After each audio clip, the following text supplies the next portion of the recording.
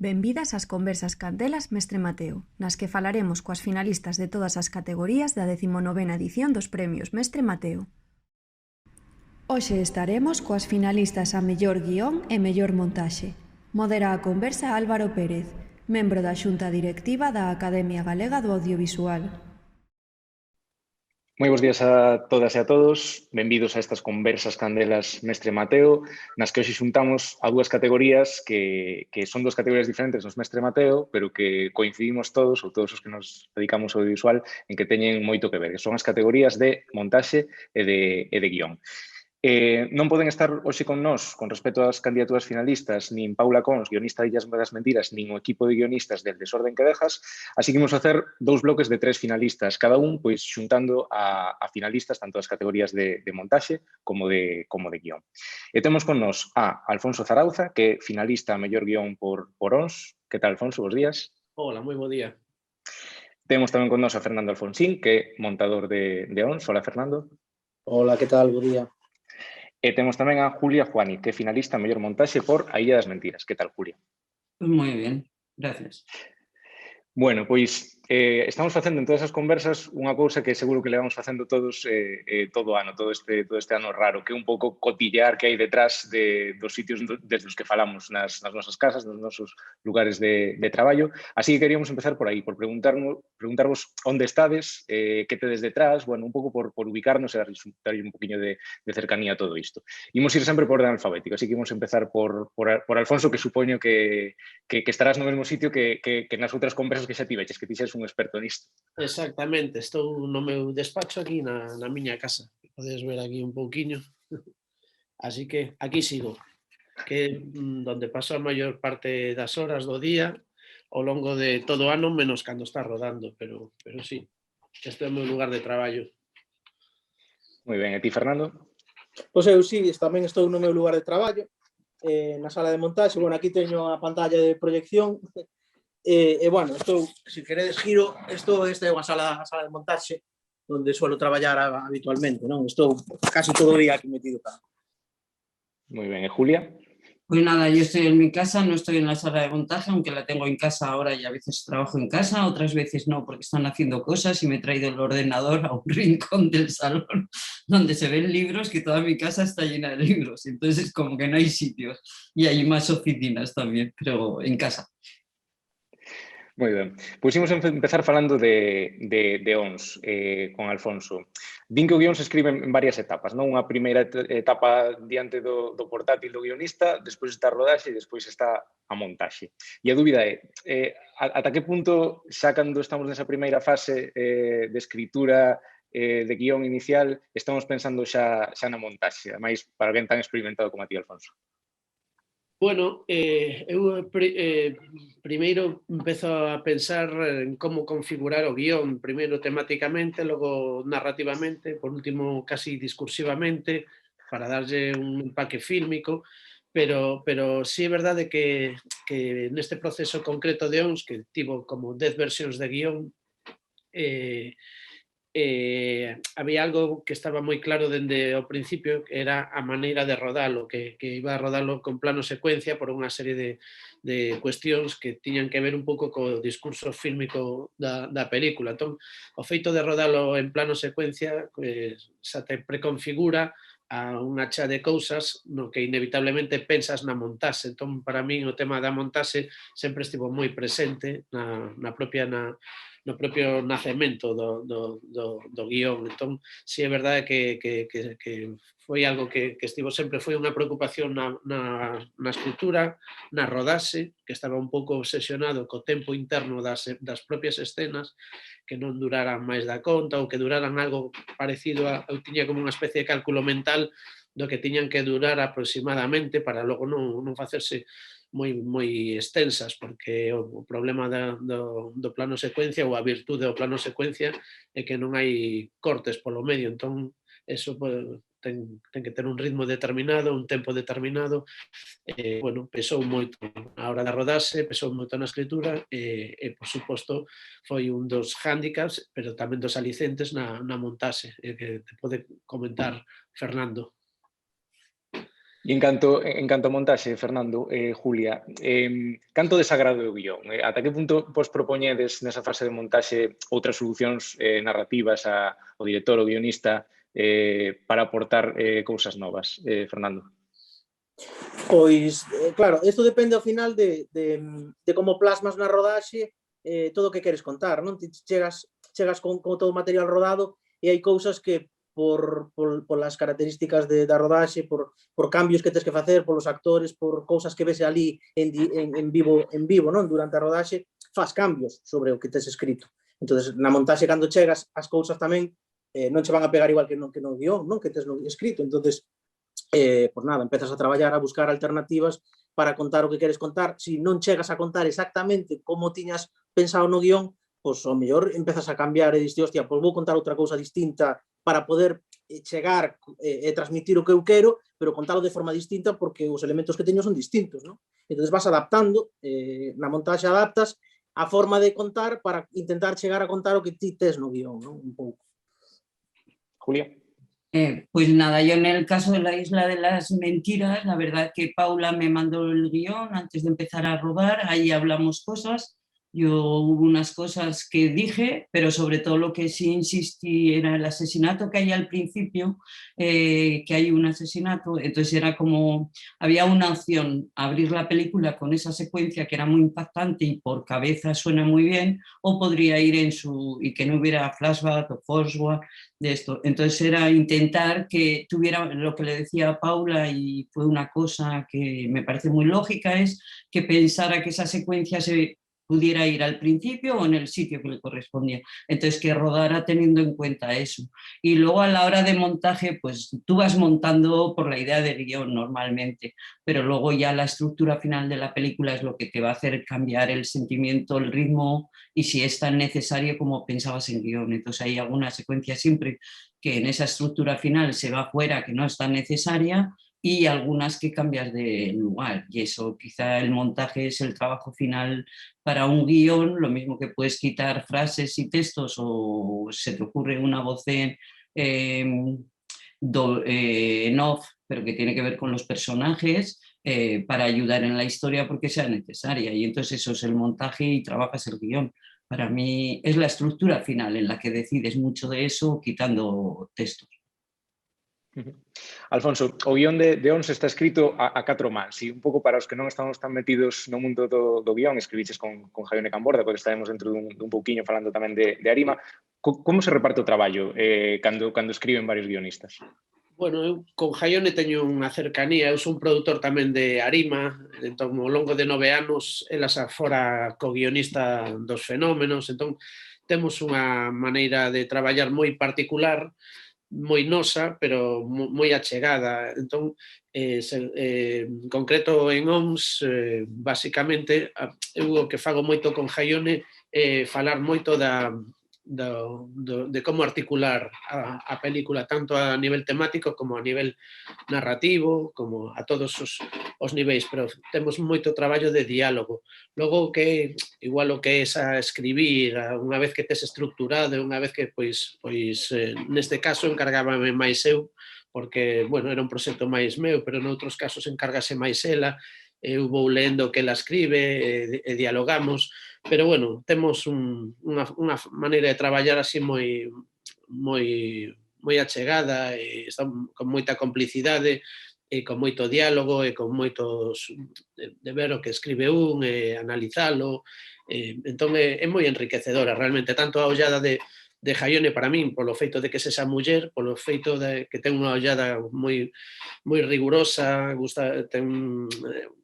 Jaione ten un rigor así moi sólido en canto ás concesións fílmicas e a certas cousas, entón para min é sempre moi enriquecedor. Entón, bueno, gustame moito traballar con ela. Fernando, unha pregunta así un pouco teórica sobre eso de montaxe, pero que é interesante. O ritmo é unha das cuestións máis importantes na montaxe. Como se consegue? Ti recibes as imaxes e como se consegue darlle o ritmo, a cadencia necesario á montaxe? Bueno, no caso de ONS, había unha parte do ritmo que xa viña implícita no material rodado, porque o traballar con plano secuencia, o ritmo teño que buscar un pouco interno, non, a cada secuencia. Ti despois, digamos, cando tes todas esas secuencias que son, ao final son planos casi, bueno, sin casi, neste caso, planos secuencias, o que intentas é buscar equilibrar o ritmo de todas as secuencias, bueno, tamén tendo en conta que a posición de cada unha desos planos, desas secuencias. Neste caso, tuvemos que mover, lóxicamente, cousas que estaban no guión nun sitio, tuvemos que desplazalas, incluso alguna secuencia bastante, na parte narrativa movela moito, non? E intentas equilibrar. Hubo algún plano secuencia que incluso tuvemos que cortalo, ainda que son todos planos secuencia, convertilo en 2 planos, o sea, son 2 planos dentro de esa secuencia, que só hubo 2 casos, o resto mantuvemos esa estructura de plano secuencia, e en 2 casos tuvemos que cortar para poder manter o ritmo e que funcionase, porque eso se nos iba aí o ritmo. E despois algunha secuencia que originalmente, non sei, había algunha secuencia que podía chegar a durar 3 minutos ou 4 minutos, incluso cortala a mitade, non? Porque diste, bueno, pues, o ritmo con esta secuencia tan longa se nos cae. Entonces, vamos a ver si por diante ou por detrás, por onde podemos cortar para manter esa secuencia dun tirón, e ver como encaixa. E entón, bueno, buscas un punto de corte, intentas que, lóxicamente, o que estás contando que funciona, sigue contando, que non quites información, ou a que quites que non perjudica a historia. Bueno, nesta película tamén eliminamos algunha trama, porque se nos caía, lóxicamente, o ritmo da película cambiaba, entonces eliminas tramas para poder manter un ritmo. Bueno, eso, que vas traballando e vas tomando decisións en función de si funciona, e buscas ese equilibrio, ¿no? No ritmo tamén. E no caso da Illa das Mentiras, Julia? Bueno, pues empezamos el montaje durante el rodaje, claro, entonces ahí vas haciendo premontajes que son bastante ajustados, que se pueden ver, que se puede ver cómo están los actores y todo, pero siempre lo haces más largo de lo que va a ser. Cuando ya tienes más o menos toda la película o un bloque de película de 30 minutos, 40 minutos, empiezas a ver ya más lo que es el ritmo, porque aquí no había plano secuencia, sino que tienes diferentes planos para hacerlo y vas llegando al ritmo que piensas que es necesario conforme vas trabajando, y así hicimos el proceso. O sea, primero era la película más larga y ya no es que lo hagas por el tiempo que tienes al final cuando ya más o menos la tienes montada, sino por el ritmo que te pide la película, y eso es lo que hicimos y hasta el final. Sobre todo había una secuencia que estuvimos trabajando muy al final porque pensábamos que era más interesante, más ágil, y eso. Y es un trabajo que vas haciendo, o sea, y sobre todo cuando ya tienes toda la película, un premontaje primero, segundo, entonces empiezas ya a ver todo lo que piensas que puedes cambiar y darle ese ritmo por secuencia así que te lleve. Y así lo hicimos. E como foi a experiencia de traballar con Paula Cons na Illa das Mentiras, Julia? Bueno, para mí fue muy interesante, o sea, Paula me parece una persona muy lista, escribe muy bien y la verdad que nos llevamos muy bien, no nos conocíamos. Durante el rodaje estuvimos montando yo y mi ayudante Raúl aquí en Madrid, entonces le íbamos mandando y ella nos decía cosas, secuencias que íbamos haciendo, y cuando ya cuando se acabó el rodaje fuimos a Santiago y ahí estuvimos trabajando y ahí estaba Paula ya todo el rato, y la verdad que el trabajo con ella pues ha sido muy interesante, muchas cosas, o sea, yo he aprendido cosas y estoy segura que ella también, y el estar en Santiago pues también fue muy interesante porque fue un poco conocer Santiago de otra manera, aunque al final tampoco lo conoces porque trabajas, pero mi relación con Paula fue muy interesante, nos llevamos muy bien desde el principio, nos hemos entendido, somos grandes amigas para siempre, podemos seguir trabajando, ¿no? Eso da lo mismo, pero amigas seremos siempre. Y el trabajo con ella ha sido muy interesante, la verdad. Supoño que hai algúns momentos, tanto no proceso de guión como de montaxe, no que hai cousas que se atascan e que hai que tomar moitas veces decisións drásticas. Hai algún exemplo? Drásticas e dolorosas, seguro, ¿no? para os creadores. Hai algún exemplo en Ons ou na Illa das Mentiras, Alfonso, Fernando? Sí, claro, sempre hai, en todas as películas hai que chegar a ese momento de tomar decisións dolorosas, de prescindir dunha secuencia ou incluso dunha trama, pero sempre sabes que porque é necesario, o visualizas, ás veces tamén o montador é tamén un pouco psicólogo, non? Que está aí animando ou dicíndote o que o que tes que oír, ainda que non te apeteza oílo. Bueno, é bastante doloroso. No caso de OMS, que houve que tomar, a verdade é que non moitas, pero un par de decisións así moi trascendentais, o captamos enseguida os dous, o sea, o captou Fernando seguramente, o analizamos non tivemos así moito debate, estábamos casi sempre de acordo nas decisións que había que tomar. Ten unha particularidade, OMS, que unha parte da narrativa explícita, como nun 80%, un 90%, pero hai un 10% que está como oculta, que é implícita. Entón, esa narrativa máis críptica tamén era importante preservala e conservala, porque viña dende o guión, non é que se fixera críptica na montaxe porque prescindes dunha trama, empezas a desmontar e a montar de outra maneira e se convirte, que pasa moitas veces, non? Neste caso, xa viña dende o guión esa parte críptica, e creo que está moi ben preservada na película, e ao final estamos moi contentos das decisións que tomamos. Eu estou moi contento co traballo de Fernando, bueno, foi un traballo moi interesante, moi rico, moi enriquecedor, a verdad que nada, só podo estou moi contento do resultado global, digamos. E no caso de Illas Mentiras, Julia, algunha decisión que tocara tomar coa que non contabades? Bueno, Paula y yo más o menos siempre estábamos de acuerdo en muchas cosas, entonces entre ella y yo no hubo problema. El problema es cuando estuvimos unas cuantas semanas y ahí paramos, luego volvimos otra semana, una semana como para pensar. Y ahí el problema no era nuestro, porque sabíamos que se podía cambiar cosas y que necesitábamos cambiar, que no nos había dado tiempo. Hay más producción o otra gente que la vio, alguien, porque había más de un productor, tampoco eso. Y otra gente que la vio que no, pues decían cosas y entonces era como no una confianza o no sé, como que no les gustaba. Esas cosas que pasan, cada uno opina y van diciendo. Pero nosotras lo teníamos claro. Yo confié en esa película desde el principio. A mí me parece una película muy interesante y lo mantengo, pero muy desde el principio. Entonces, lo que decían yo lo escuchaba, por supuesto, y Paula para eso también es igual. Entonces lo pensabas. Para nosotras fue más que no nos daba ese tiempo en las fechas, paramos, pero sí nos dejaron volver ahí a cambiar y entonces ese proceso lo fuimos llevando. Siempre piensas que ha faltado un poco de tiempo en el sentido de hacerlo seguido, tranquilas, entregarla cuando tú piensas que la debes entregar, y fue más que la entrega sabiendo que no hemos acabado, porque la acabamos de ver y no hicimos arreglos como tercera vez o lo que fuera.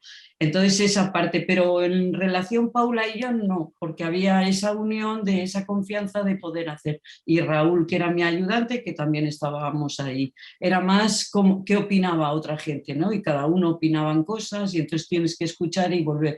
Pero yo para eso soy muy tranquila. O sea, como no es mi primera película, para eso soy muy tranquila y sé siempre que las películas van a tener gente que le guste y gente que no, o que puedan opinar cuando las ven de una manera diferente. Entonces hay que escuchar, pensar y yo siempre, o sea, mi cabeza siempre es que estoy haciendo una película y no estoy trabajando ni dirección ni producción, sino que lo mejor que quede en la película. Siempre en opinión con ellos, por supuesto, pero para mí esa película que dentro de 100 años piense que alguien la va a ver y le va a gustar y le va a interesar. Entonces trabajo para una película siempre con la gente de alrededor, por supuesto, que a la directora en este caso le guste y a producción si le gusta y que le tiene que gustar mejor, porque si no te pueden hacer cambiar. Y ese fue mi proceso, o sea, trabajar lo mejor que sea con el tiempo que íbamos llegando, pero no fue algo... Quizá Paula en algún momento con algo que se decía lo sufría más, pero yo era más tranquila, la verdad. O sea, sí que sufro, no quiero decir aquí que jauja, pero llevo las cosas con una tranquilidad. Creo que ahí sufrió un poquito más Paula. No traballo de montaxe, para que nos contedes un pouco, Fernando, Julia, supoño que hai rutinas, determinadas rutinas que se siguen sempre. Contédenos un poquinho cales son as vosas, ata que punto tedes xa mecanizados determinados procesos, Fernando.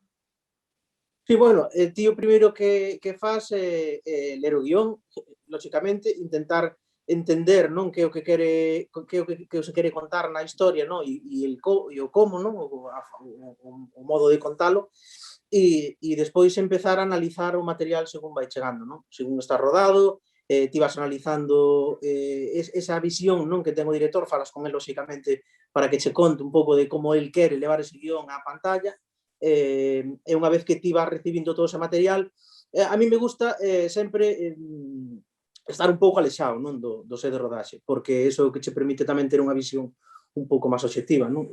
Non te contaminas de todo o que está pasando aí, nin de a mellor decisións que se toman que poden, pois eso, poden condicionar a túa forma de ver a película. Entonces, ti intentas aportar esa visión externa en función de esa síntesis do que quere contar o director, non?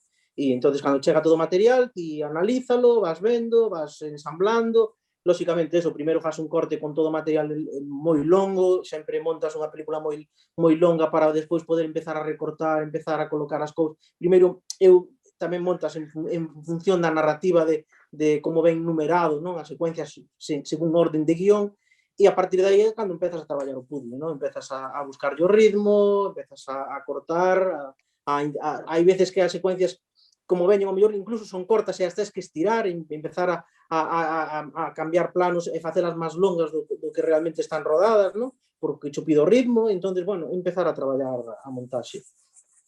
E no teu caso, Julia, cales son os procesos que sigues habitualmente? Pues a ver, mi forma de trabajar es, me entregan el guión, yo prefiero siempre que sea antes de rodaje y claro, tener esa comunicación y nada, yo sí que soy de las personas que me estudio muchísimo el guión, o sea, me lo sé de memoria y sobre todo pues son temas que desconoces, intentar buscar y ayudar y aprender cosas sobre esos temas, estar preparada y si es algo normal, pues es normal.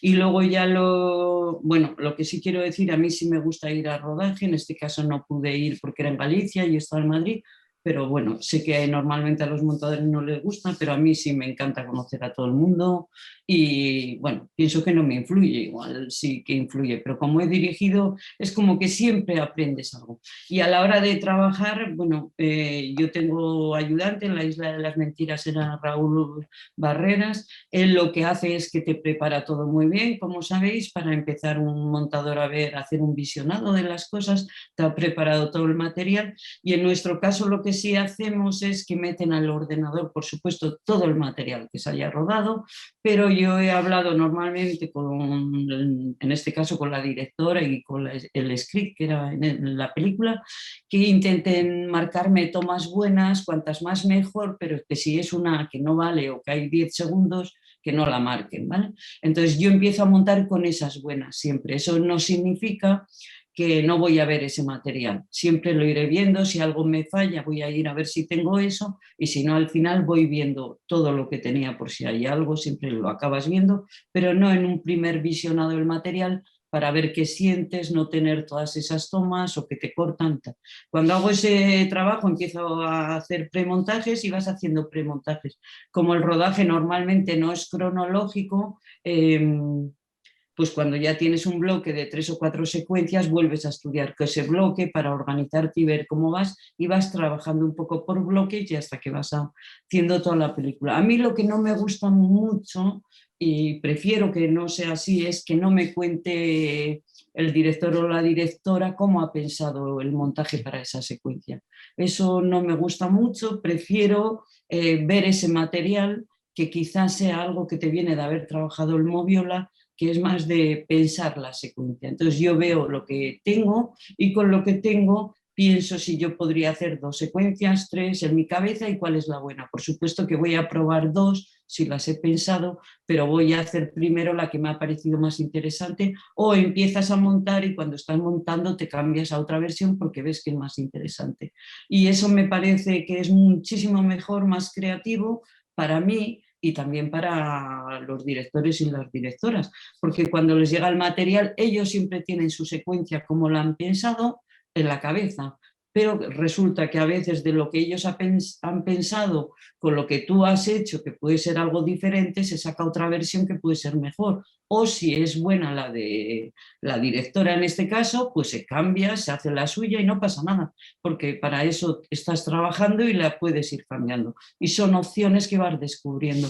Y luego el resto del montaje, pues haces un premontaje largo, como lo he dicho antes, vas ajustando y el problema para mí y lo más importante del montaje es la estructura de la película, que creo que es donde te estás jugando muchísimo. Y es si quitas secuencias, si cambiar de sitio o cómo. Y eso lo vas viendo, lo mismo que vas ajustando. Y luego los records para mí no es un problema, es algo que, no sé, me parece que es un poco innato en mí, que lo debía aprender muy bien, que no sé cómo, y eso no es un problema. Yo sé que hago un corte y que ese es el corte que está bien. Entonces, para mí esos records no son problemáticos, que para muchísima gente que empieza sí que lo es. Entonces es crear esa estructura de la película y que la película esté bien y funcione bien. Un poco ese es mi proceso. Y ahí sí que hay, bueno, cuando entra el director, trabajas con él de otra manera. Y yo sí tengo una comunicación muy directa con mi ayudante. O sea, hablo con él, nos vemos las secuencias, hablamos y tengo una comunicación, y me parece que es la manera que un ayudante puede aprender mucho más,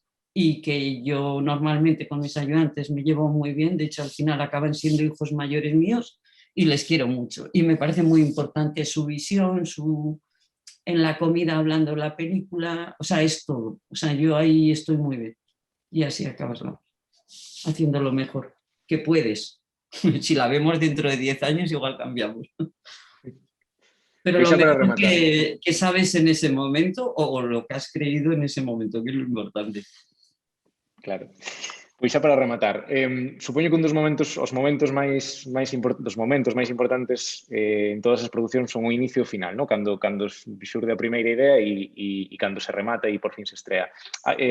Alfonso, que cambio hubo en ONS desde o que imaginabas xusto ao principio ata que finalmente foi? Era exactamente igual ou en que cambiou? Facer unha película no fondo é un proceso de derrumbe, non? Ti empezas cunha idea pura, casi platónica na cabeza, e acabas coa materialización desa idea despois de pasar por 1000 procesos, na construcción do guión, a preparación, cando entran os actores se producen cambios, cando plasmas esas postas en escena escritas, as convirtes en postas en esceas cunha fisicidade, cuns actores, cunhas caras, logo nun contexto, cando os levas espacialmente ao lugar, tamén se transforma porque te adaptas ao espazo de rodaxe, despois coa iluminación, con toda a colorimetría da película, vas transformando todo iso cara a un mesmo camiño. Creo que tío quere ser un pastor desa idea, como un guía, que esa idea vaya por un camiño, por un rego, e que vaya todo máis ou menos cara aí, que non se difunda nin se transforme noutra cousa, pero sí tes que ter esa flexibilidade, esa plasticidade de non desvirtuala, pero sí adaptala ás circunstancias que tes, e logo cando chegas a montarse, pois con ese material, pois intentar preservar na medida posible a esencia do filme, pero evidentemente dende o principio hasta o final o filme transformouse dunha maneira que é outra cousa, pero no fondo mantén esa mesma esencia, que é do que se trata, penso eu. No teu caso, Fernando, desde que liches por primeira vez o guión de ONS ata o que saiu finalmente, que diferencias, cambios houve nese proceso? Bueno, pois ti lees o guión tamén un pouco, en canto lees o guión te fas a idea da historia, no? E despois, en canto vas evolucionando, chegan as primeiras imaxes de rodaxe, empezas xa a dicir, hostia, que isto, a ver, isto non é o que tiña mellor na cabeza lendo o guión. E, bueno, te vas adaptando a esa realidade, no? E empezas a traballar, e en canto, bueno, eu tamén no proceso de montaxe empezo eu primeiro, no? A cortar. Me gusta facer unha proposta en función deso que penso, no? E de como eu vexo, probar varias cousas e faz a proposta ao director, e unha vez que o director entra contigo xa despois, empezades a tocar, pois claro, vai evolucionando e pois eso, hai veces que ti, se deixas pasar o tempo, volves a ver a película, diste, joder, isto houbera feito do mellor de outra maneira, houbera cortado aquí, o sea, sería como o traballo eterno, non? O sea, unha película, eu creo que se che deixan seguir tocando, a túa percepción, según vai pasando o tempo, tamén pode ir cambiando e seguirías tocando a todo o resto da vida, non? Pero ten que haber un momento en que dices, hasta aquí. E bueno, sí, ao final isto é o que hai, e contento, non? O sea, de haber chegado hasta aquí e de haber contado, que pudeches contar e co director tamén este contento de chegar a ese punto. E Julia, canto cambiou a Illa das Mentiras desde que soubeches por primeira vez da idea ata o que ao final vemos nas pantallas? Bueno, yo creo que esta pregunta viene también con la otra un poco, ¿no? Y a mí se me han olvidado cosas. O sea, cuando lees el guión, para mí, lees el guión en tu cabeza, te imaginas, ¿no? Y esto era en la isla de Sálvora. Yo la isla de Sálvora busqué en Google. Yo había estado en otras islas gallegas antes, pero esta justo no conocía. Entonces empiezas a ver estas imágenes y a mí me fascinó. Dije, madre mía, esto va a ser precioso. Estaba muy contenta. Entonces, cuando te van llegando las imágenes, ves esas piedras, todo eso me parece fantástico. A mí se me ha olvidado decir antes, por ejemplo, yo la primera imagen que veo de la película, el primer fotograma o la primera toma, que por casualidad es la que te llega, es muy importante. O sea, yo ahí siempre lo he dicho, tengo una sensación que es muy importante para toda la película. Entonces, en este caso fue buena, entonces ya me pareció interesante. Y luego, el trabajo en sí, lo único que fue que cambia drásticamente algo, bueno, luego son los actores, por ejemplo, en el caso de las tres mujeres son fantásticas, Nerea, Victoria y la chica joven. Entonces, cuando tienes esas caras, ese vestuario, todo te va llegando y lo vas haciendo, ¿no? Entonces creo que todo eso en la imagen te va superando a lo que tú has pensado, porque yo no, o sea, primero te imaginas cuando conoces al actor, pero no estás viendo el vestuario, lo que sea, hasta que te llega. Todo eso siempre gana para mí en general, si está bien hecho. Y en el caso de la isla todo fue así, menos lo que he dicho antes, esa secuencia que se podía mover y que se dejó de otra forma. Entonces fue una variante que es importante. Y en lo que es como monto, lo que se me ha olvidado decir y que es importante también aquí, es cuando, o sea, yo hago montaje de imagen, pero trabajamos el sonido. Yo cuando monto la imagen estoy con el sonido y conforme vas aumentando y poniendo sonidos, eso va ganando muchísimo. Y para mí es muy importante el sonido directo, que esté bien, el trabajarlo, el imaginarte esa película, si llega un coche y no vas a ver que se para o que arranca, dar ese tiempo justo, todo eso en el montaje es muy importante, que lo marca el montador de imagen en general. Y a veces trabajos que haces tú, el de sonido va a hacer, siempre lo tiene que hacer mejor, pero sí que estás marcando cosas e ideas que les va a quedar a ellos. Entonces sería esa la parte, un poquito. Bueno, pois ata aquí esta primeira conversa sobre guión e montaxe de Alfonso Zarauza, candidato a mellor guión por ONS, Fernando Alfonsín, candidato a mellor montaxe por ONS tamén, e Julia Juani, candidata a mellor montaxe por A Illa das Mentiras. Moitísimas gracias por dedicar unos minutos e moita sorte na gala do día 10 de abril. Bueno, gracias a vos, a ti Álvaro, a Andrea e a miña amiga Alicia tamén por estar aí atrás e por esta tan fantástica idea de xuntarnos para ter estas conversas tan ilustrativas e interesantes. Así que gracias a todos. Pues nada, gracias a todos y ha sido un gusto conocer a quien no conocía y nada, mucha suerte a todos. Pues gracias y oye, un placer volver a reencontrarme también con Julia, que después de haber venido en la etapa de Ailla y bueno, y ver a Alfonso también de nuevo y gracias a la Academia por contar con nosotros y bueno, por la nominación también, gracias. Sí, a la academia, Gracias. a los académicos.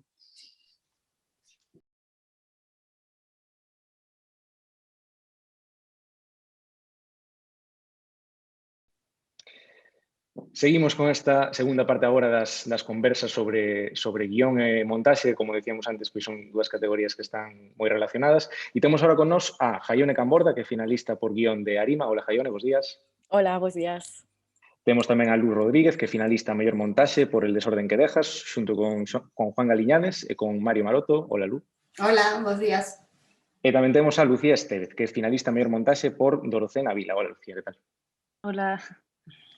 Bueno, pois o primeiro que estamos facendo en todas estas conversas é ubicarnos un pouco, ¿no? Porque estamos tan acostumados a ver pantallas e fondos que está ben tamén por darlle un pouco de cercanía a isto, saber onde estades, se é a vosa casa ou o seu lugar de traballo e eso, nos contedes un pouco. Jaione. Pois eu estou na miña casa, habitualmente traballo no taller, que como lle chamo, porque se lle chamo oficina non me gusta tanto, entón chamolle taller porque aí pois desempeño varias funcións, entre elas guión e pareceme máis creativo, no? Ir a un taller. Hoxe, dos xeitos, estou na miña casa casualmente, estou en Santiago e tamén casualmente fai sol. E no teu caso, Lu? Eu estou na miña casa, en Oleiros, onde últimamente tamén traballo, con todo este rollo da pandemia, precisamente porque penso que xa había unha certa tendencia ao traballo de montaxe como un traballo un pouco illado do resto dos procesos, pois puiden traer a miña casa ao meu estudio de montaxe, entón traballar dende aquí. Non foi o caso no desorden que deixas, que sí que estiven traballando na oficina, pero os últimos traballos xa fago dende aquí, na miña casa. Lucía? Eu estou na casa do director da peli, de Dorocé, porque mudei mai pouco a Coruña e non teño wifi todavía, entón deixou o seu salón, no que, bueno, vasos, platos, cosas, e xustamente aquí onde montamos a peli, entón, bueno, tamén como que o ciclo, pois, por aquí estou. Bueno, pois imos comezar e vou vos preguntar como as dúas cousas, tanto guión como montaxe, a relación cos directores é sempre moi importante, moi intensa. Cal é, no voso caso, esa relación? Empezamos agora por Lucía. Pois a min chamaronme Alejandro e Olaya, non me coñecían porque chamaron directamente a Leticia, que é a que fixo a cor, e Leti como que pois lles falou de min e tal. Bueno, foi un proceso longo, realmente pola pandemia tamén como que todo bueno, como todos os procesos supoño que coincidiron con eso, pois alargou moitísimo máis no tempo e bueno, foi unha relación moi intensa dende o principio, sobre todo eles explicarme a peli, eu entender o que querían como resultado, porque ao final o documental é super persoal tamén, e como conta o seu paso por todos estes lugares nos que estivo Dorocé, pois eu tamén tiven como que, primeiro porque non coñecía quen era Dorocé, entón como que foi moi chula realmente a experiencia, porque tamén son xente nova e tal, e foi un proceso moi bonito. E no teu caso, Lu? Eu non coñecía a miña directora, a Silvia Kerr, porque neste caso houve 3 directores que corresponderon a 3 montadores diferentes. Nunca traballara con ela, é unha directora catalana. O primeiro contacto foi moi breve, nunha pequena reunión, e despois realmente o contacto veu despois da grabación. Si que había unha certa comunicación, de que eu ia mandándolle cousiñas para que fose ela estando máis tranquila, porque tamén sempre hai moitos nervos sobre se está axustándose o que se quere nese traballo concreto e tal. E tamén para min, para saber que estaba seguindo o que ela necesitaba, o que ela estaba plantexando. E despois co resto dos directores non houbo certamente contacto, máis que con Carlos Montero, que como o ser el tamén produtor executivo de toda a serie, despois sí que estivo no proceso de correccións finais. Bueno, e no teu caso, Jaione, é un pouco complicada a pregunta, pero cal é a relación entre a Jaione guionista e a Jaione directora? Pois sí, basicamente, bueno, é tan complexa e sinxela como que somos a mesma, non? Bueno, creo que eso ten as súas cosas boas e as outras, bueno, e outras que poderían ser malas, non? Pero sí que creo que no meu caso, pois foi unha proposta de guión tamén moi persoal, moi íntima, que creo que xa contemplaba un pouco a dirección dende a escritura, non? Ou polo menos eu o sentín desa maneira. Sí que ten a particularidade este guión de terse escrito en moito tempo, porque tardouse moito en financiar, tardei moito en financiar o filme, polo tanto, casi foron 8 ou 9 anos de manter vivo o guión, non? Que foi un pouco das cousas que foron máis complexas, non? Para min. É un guión, polo tanto, que ten que medrar, claro, 9 anos, pois eu comecei con 20 e pico e acabei con 30 e moitos, non?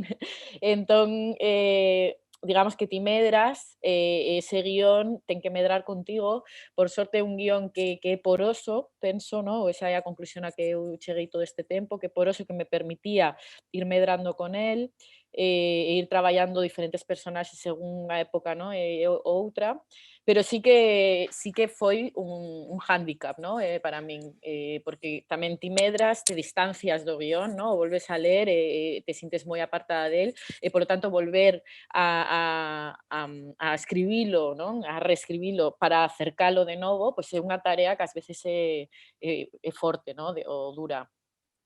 Imos falar un poquinho de Arima, Jaione, que é un filme no que é tan importante o que se mostra como que non se mostra. Como se traballa ese fora de campo narrativo? Sí, para min era moi importante o fora de campo, ¿no? Porque o filme tamén transita un pouco a idea da convivencia do real co imaginario, ¿no? Esta idea de percepción, ¿no? Sobre todo vai sobre o tema da mirada, ¿no? De como que arrastramos do pasado, como que proxectamos cara ao futuro, os nosos medos, desexos acompañan esa percepción e, polo tanto, para min era importante como activar ese imaginario tamén do propio espectador, ¿no? Entón, para mí era moi importante darlle ese espacio e, polo tanto, sí que traballei cunha idea na que ti podes ver a película e podes pensar aquí non pasa nada, non? Porque realmente na pantalla non chega a suceder algo particular, pero realmente no teu imaginario sucederon moitas cousas, non? E como enches ese espacio, tanto dende cuestións máis de desexos, cuestións máis de medos ou de temores ou de malos vos, non? E como o espectador se sitúa nisto, non? No caso de Dorcena Vila, Lucía, é un filme que de alguma maneira se vai construindo diante dos nosos ollos. Isto estaba previsto desde o principio ou foi un pouco o proceso o que levou a isto?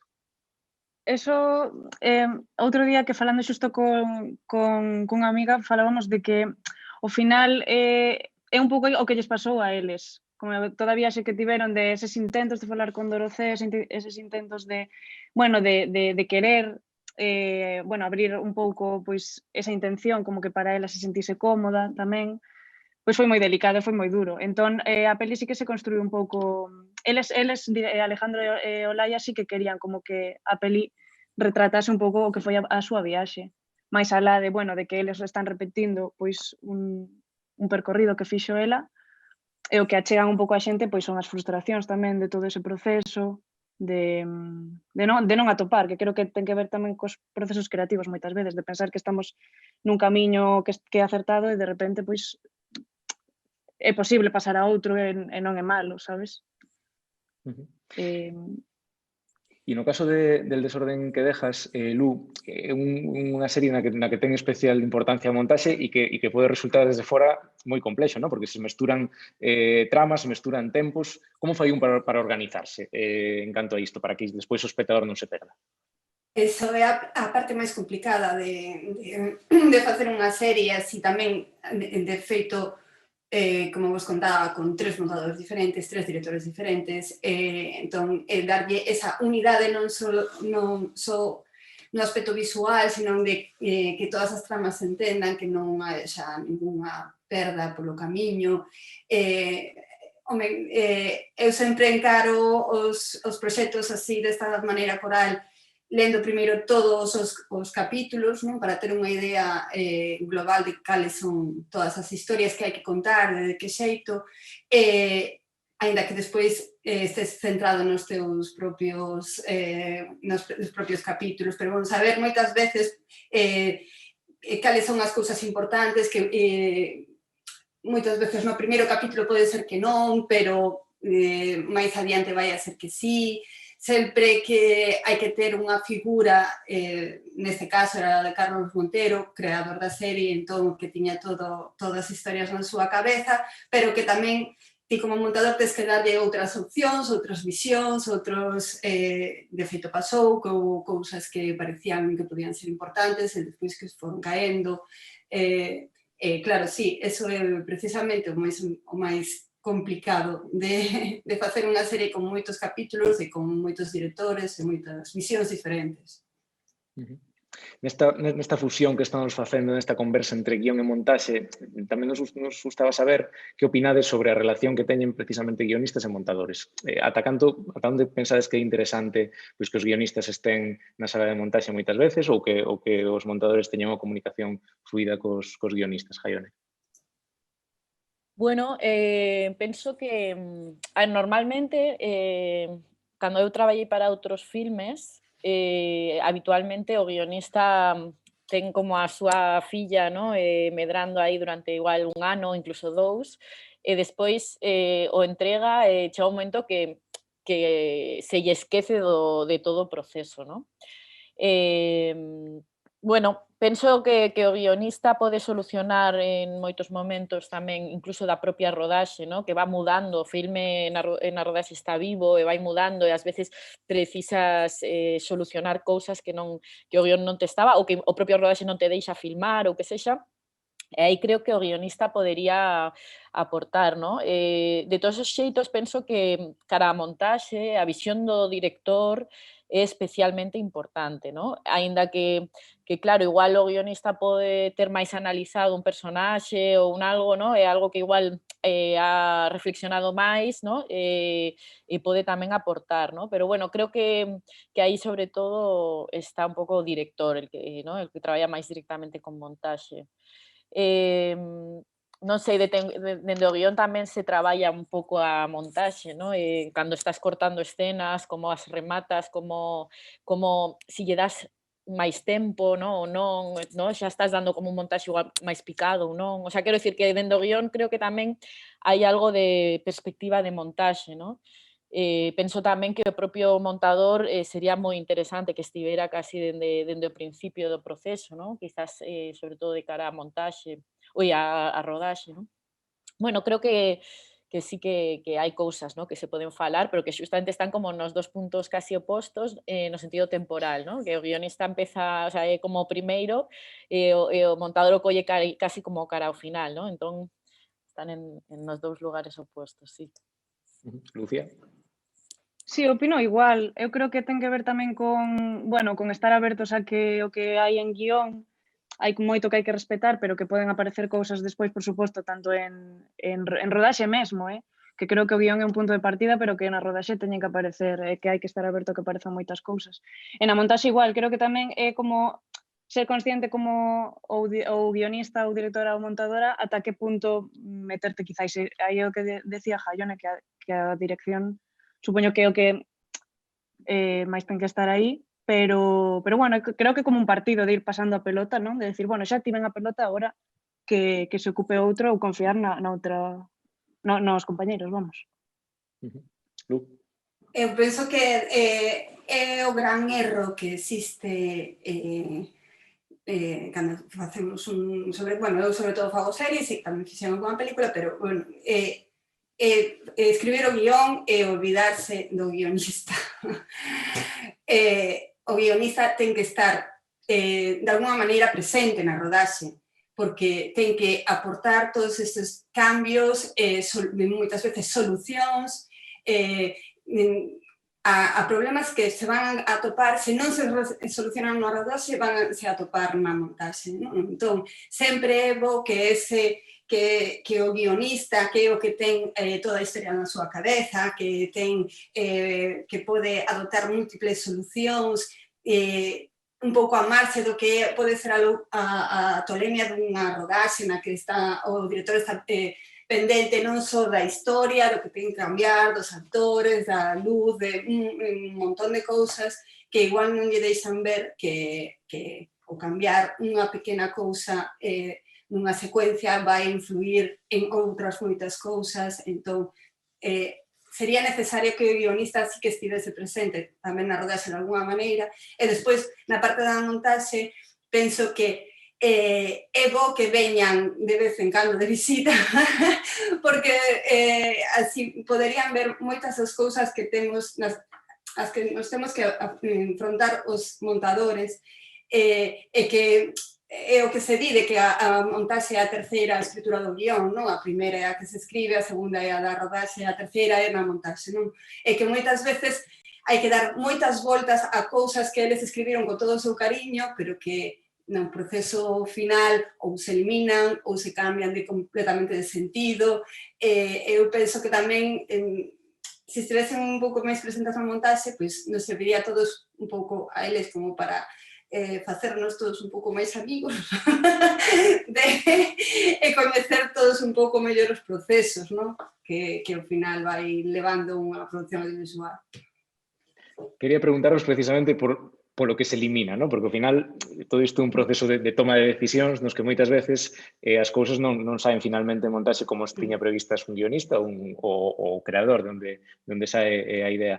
Houve en algún caso, tanto en Arima como en Dorocena Vila como en El desorden que dejas, casos de decisións dolorosas onde houve que quitar cousas que ao mellor estaban previstas inicialmente? Jaione. Sí, ao final, cando ti estás escribindo guión, ti un demiurgo, non? Que dominas a climatoloxía e dominas os seres humanos que imaxinas. E despois, na rodaxe, se enfrenta o guión tamén á realidade, non? E por sorte, porque a realidade suele dar cousas moito máis non sei, fermosas e máxicas que o que ti poidas imaxinar. E, bueno, esa é un pouco tamén a capacidade, a porosidade do propio guión, que permita que eso penetre no filme, e tamén a intención do propio director, non? Nese sentido, vamos, a rodaxe un momento de guerra, de guerra moi apaixoante, pero é de guerra porque estás en contra dos tempos. No caso de Arima, aparte era un filme de pouco orzamento, co cual moi pouco tempo de rodaxe, e ao final todo o que pudiches imaxinar pois ten que adaptarse ás posibilidades. E bueno, claro que hai moitas cousas que salen do guión e que son dolorosas, pero que tamén hai outras que medran o que ti imaxinaches, non? Entón, nese sentido, ao final, eu sinto un equilibrio, unha justicia divina un pouco que ao final dá máis do que che quita, non? Un pouco. Lucía. Bueno, pois en Dorcé sí que nos cargamos bastante cosa, la verdad. Estaba agora pensando cousas que están e que houve moita conversa sobre se isto vai, se isto non vai e tal. Pero bueno, creo que nesas semanas ou días necesarios que creo que hai que deixar tanto na montaxe como nos procesos de guión de separarte un pouco, ao final pensas un pouco en frío e, bueno, as decisións son tamén, porque senón estaríamos en isto de poñer o punto final tanto en guión como en montaxe, creo que é algo moi difícil, pero que hai que facelo. Entón, sí que se borraron, pero creo que tamén son decisións, xa non falo neste sentido, no sentido da peli, senón en calquer decisión de borrar escenas ou eliminar escenas que pensas que non aporta. Se a historia é máis potente, máis importante do cariño que ti lle tes a unha escena, creo que hai que pasar por enriba deso, claro, porque hai que pensar no conxunto, ao final. Elu? Sí, normalmente, o sea, en todos os traballos se eliminan escenas a casco porro e cousas moi que sí que levan moito traballo. No desorden que dejas, houve ao final duns os capítulos que había unha cuesta e van a perseguindo cun coche e tal, bueno, despois era ten un accidente debido a isto. No medio de estas dúas partes había unha secuencia na que ela paraba a Guardia Civil, tiña un plano super complicado que iba por dentro do coche, a directora manifestoume o moitísimo que lle gustaba que quedara aquel plano e tal, pero cando a hora da verdad, cando vimos o capítulo, é que estaba poñendo un impedimento para que terminase o capítulo, non? Porque xa tiña que acabar. Entón, era unha secuencia pois moi chula, moi ben interpretada, que quedara perfecta e moi ben, pero houve que quitala. E o quitala realmente decías, bueno, se ninguén a vai a botar de menos, axúdanos a historia, terminamos no punto no que temos que terminar e non temos que alongar máis do necesario. E creo que pasou unha cousa moi parecida tamén no capítulo 1, onde había como un doble final que funcionaba moi ben no guión, pero a hora de verlo en pantalla sí que decías, bueno, aquí realmente terminamos agora e ainda non se dan pois igual 5 minutos ao final do capítulo, non pode ser, non? Pois entón aí asustouse tamén para que terminase a tempo. Son decisións que se toman de cotío, vamos, o que... Quería preguntarvos tamén ás montadoras, a Lu e a Lucía, como influe o xénero na montaxe, o sea, si a forma de montar é diferente, porque Dorocena Vila é un filme documental, El desorden que dejas é unha serie. Para un montador, influe de alguma maneira iso, Lu? Sí, claro, sí. eu penso que no xeito que tes de encarar o material, tal, claro, un filme documental, penso que o tempo que lle dedicas, igual o grado de inmersión que tes que facer ti como non, profesionalmente, mentalmente, para poder formar un pouco parte da historia, creo que é como muitísimo máis personal ou no que fos igual un pouco máis de ti mesmo en ese sentido. Nunha serie, creo que tes que formar parte como dun equipo, non? E ti estás aí como un elemento máis que ten que facer que todo ese equipo, toda esa engranaxe funcione e que gracias ao teu traballo brille todo o traballo de todos os demais equipos da serie, non? Entón, penso que son traballos completamente distintos, pero bueno, cada un coas súas particularidades e, dende logo, tes que afrontalos de maneira un pouco diferente, sí. Lucía? Sí, opino como Lourdes. Eu realmente nunca traballei en equipo como montadora nunha ficción, entón é a primeira vez que monto unha longa, quero dicir, é o proxecto como máis grande que montei ata agora, e sí que é certo que igualmente como que na primeira parte da montaxe sí que tiven como moito máis proceso de inmersión, de entender os brutos, foi moito tempo realmente, porque eles gravaron en moitos sitios de Galicia, claro, todavía non había unha estructura, non había un guión, entón eso como que se traballou despois, pero que despois sí que tiven como unha parte con eles. Pero sí que creo que depende moito do xénero, ao final, depende de se hai guión, se non, e ao final sí que é certo que o documental, claro, sí que é moito máis inmersivo.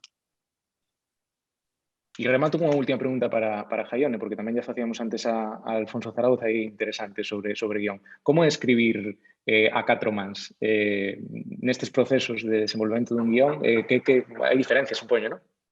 Te refires entón ao proceso de ONS, non? No caso de ONS, sí. Sí, non é a primeira vez que colaboro con Alfonso, é dicir que somos xa vellos coñecidos na escritura, entón xa tiñamos como unhas dinámicas, non? Por exemplo, tendíamos un pouco a que solía ir como unhas escenas avanzadas ideando, ¿no? Esbozando escenas, e el, por exemplo, digamos que collía esa escena, ¿no? Lle pasaba esas escenas con esas ideas esbozadas e tal, e el lles daba como digamos, o toque final, cos diálogos ben feitos, ¿no? Igual no meu caso era unha idea de diálogo, pero non estaban desarrollados, digamos que tiñamos tamén esta dinámica, ¿no? Primeiro nos centramos moito na estructura, cando traballo con Alfonso, sempre para películas que el vai a dirixir, ¿no? Tamén, entón, eso tamén te sitúa en unha posición un pouco de sempre intentar entender que é o que busca ese director, ¿no? Que filme quere encontrar, e apoiar sempre dende a túa mirada, porque non podes salir dela, pero sempre cara un pouco as súas intencións.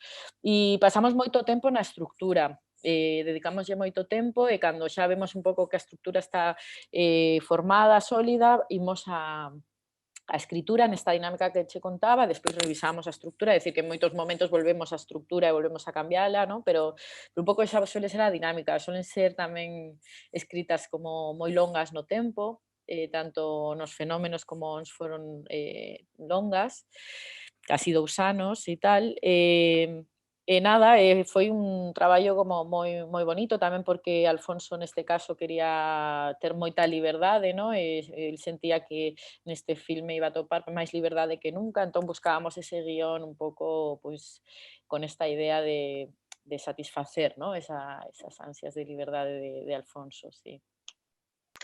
Moi ben, pois rematamos aquí. Jaione Camborda, que é finalista na categoría de guión por Arima, Lucía Estevez, que é finalista na categoría de mellor montaxe por Dorocena Vila, e Lu Rodríguez, que é finalista na categoría de mellor montaxe por El Sol en que dejas. Moitísimas grazas ás tres por compartir este ratiño con nós. Gracias. Chao, gracias. E damoslle tamén as gracias a Cafés Candelas por botarnos unha man para poder desenvolver estas conversas Mestre Mateo. Así que nada, vémonos o 10 de abril na gala. Moi ben. Gracias. Gracias, chao.